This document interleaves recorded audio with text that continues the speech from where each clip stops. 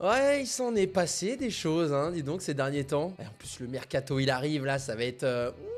il va faire chaud, il va faire très chaud. Alors tu sais quoi? On se dépêche. On start avec les Blast Spring Final. La victoire de Spirit, donc, est en feu. MVP, Shiro René. Ils vont dans un premier temps se charger de G2 avec Taz, qui a quand même rechaussé les crampons pour un match. VP, petite formalité. Vitality, match de haute volée. Et puis à la fin, Exki, 3-1 sur Navi pour conclure. Oui, Spirit remporte ses Blast Spring Final avec les éloges. Cela fait 2 tournois estières remportés dans l'année pour Team Spirit. Autant vous dire que la première partie de saison est réussie. On va revenir rapidement quand même sur le parcours de Vitality. La contre-perf du début face à VP était assez inattendue. Heureusement, rattrapage in extremis face à G2, qui était avec Monessi, mais qui venait de tomber de l'avion. Hein, pour ceux qui se souviennent un petit peu de l'histoire, Monessi n'avait pas eu le droit à son visa et finalement il est sorti de l'avion in extremis pour pouvoir jouer ce fameux match face à Vitality. Ils vont enchaîner sur FaZe et ça fait 2 victoires d'affilée en sortie de major pour Vitality face à Karrigan. Malheureusement, ils vont s'écrouler sur cette fameuse 3e carte face à Spirit dans un match qu'ils avaient complètement à leur portée. Déjà cette D2, ils doivent pas la perdre. On signera tout de même que Xtaz a mentionné notamment en interview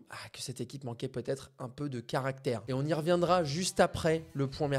3D Max, la run de folie. 14 matchs sans défaite. Ils ont déroulé, c'était magnifique. Ils ont quand même enchaîné depuis le 4 juin sans jamais s'arrêter. À partir du 10, ils vont enchaîner 14 victoires d'affilée en assurant la montée en Pro League. Ils vont également assurer leur place en Sky Esport dans le main event. Et ça se déroulera cet été en mois de juillet. Ils se sont certes écroulés en CCT face à Bait et en Regional Cash Arena face à l'équipe de Thomas, ce qui était d'ailleurs assez surprenant. Mais au final, le job était fait. Et franchement, je vais pas vous mentir, je pense qu'ils devaient être lessivés. Ils ont pas arrêté. C'est l'une des équipes qui a le plus joué, je crois, ces derniers mois. On était à plus de 130 cartes ces 3 derniers mois. Ça fait plus d'une carte par jour. Dans tous les cas, bravo à eux. On leur souhaite le meilleur et surtout, on va les retrouver sur un PV en deuxième partie d'année dans cette Pro League. Ce sera en septembre-octobre. J'espère que tu seras là. Maintenant, on va passer à ce qui nous intéresse le plus.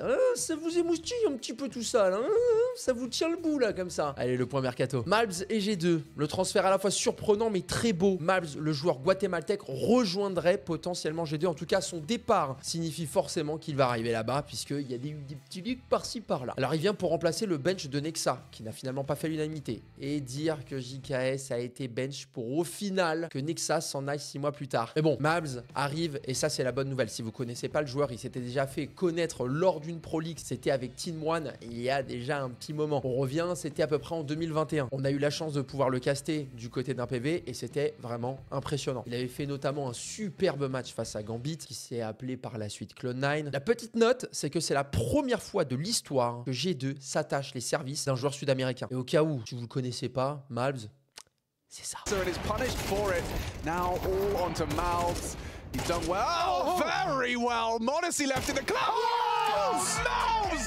That is disgusting! An ace to close. It's 11 to 1. G2. Il y a juste un petit truc qui me dérange. Enfin, c'est que Malbs, s'il arrive, ça coïncide pas trop avec le remplacement pour Nexa. Parce que d'une part, c'est pas les mêmes rôles. Nexa est une extrémité très passive en terreau. Malbs est un joueur à l'entrée. Voilà, il fracasse des gueules. Donc soit il y a un double changement, et ça va arriver d'ici peu, soit certains joueurs vont devoir peut-être jouer des pauses inédites et l'animation offensive et défensive va changer. On switch parce que c'est le petit moment tristesse. Kadian s'en va. Et Twist peut-être au lead. Alors ça, c'était attendu, mais c'est maintenant officiel. Kadian est sur le banc. Et je vais pas vous mentir, ça fait chier, mais le roster n'arrivait pas à fonctionner comme il faut. La méthode Kadian, qui demande beaucoup de méthodologie, de finesse tactique, n'aura vraiment pas fait l'unanimité. Alors on peut pas calquer ce qu'il avait fait avec Heroic, qui était un jeu magnifique et splendide. Un jeu qui est capable de se développer de manière lente ou agressive. Avec Kadian, c'était varier les plaisirs, de belles redirections, un vrai leader comme on aime, même si parfois, je sais, beaucoup d'entre vous le détestent à cause de son côté show-off. Vous savez quoi? Un leader de nos jours, ça court pas les rues. Je suis persuadé que Kadian retrouvera une maison, c'est une certitude. Maintenant, où?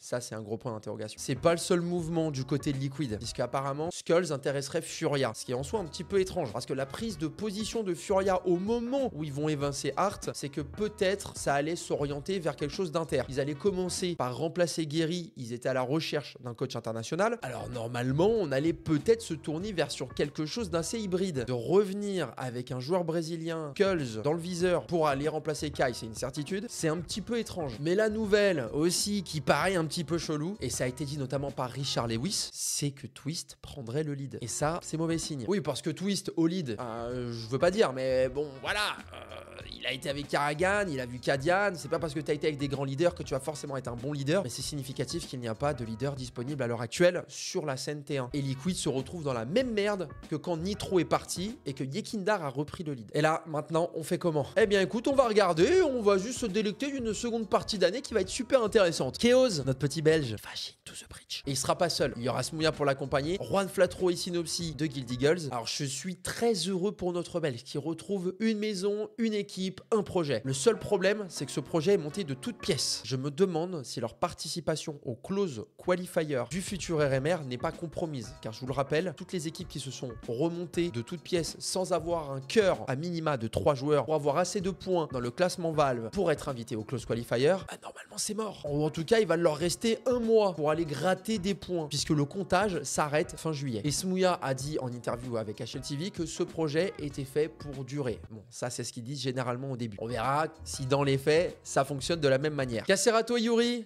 attention ça pue. Les contrats viennent de s'arrêter et il n'y a pas de signe de renouvellement. On va rester dans l'attente. Mais leur contrat qui avait une durée de 5 ans la dernière fois, oui, ça a duré 5 ans, c'était long, vient de s'achever. Et pour le moment...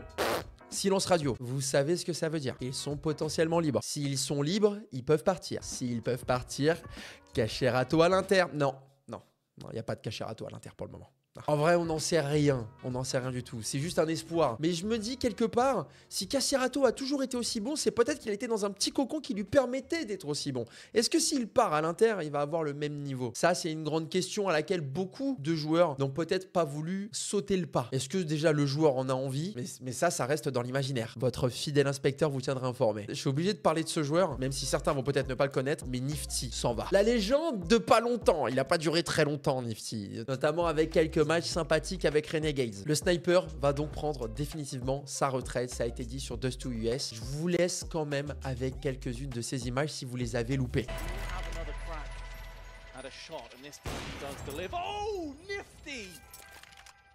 Can see and somebody's landed the scout shot.